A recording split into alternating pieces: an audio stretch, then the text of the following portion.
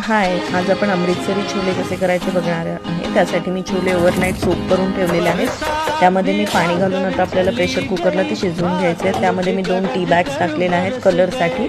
त्यानंतर तमालपत्र, खडा गरम मसाला, त्यामध्ये लवंग, मिरी, दालचिनी, स्टारफूल, मीठ, ओवा, बडीशेप, जिरं हे सगळं टाकलेलं आहे आणि आता आपण याला 8 ते 10 शिट्ट्या करून घ्यायच्या आहेत।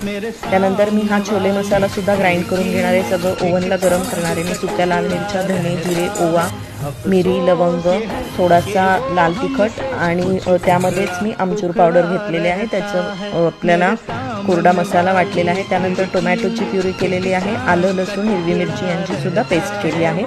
कढईमध्ये तूप घ्यायचं आहे। त्यामध्ये कांदा परतलेला आहे। त्यानंतर टोमॅटो प्युरी टाकून जो आपण बनवलेला मसाला होता तो टाकून, थोडीशी साखर टाकून जे आपण छोले शिजवून घेतलेले आहेत ते टाकलेले आहेत।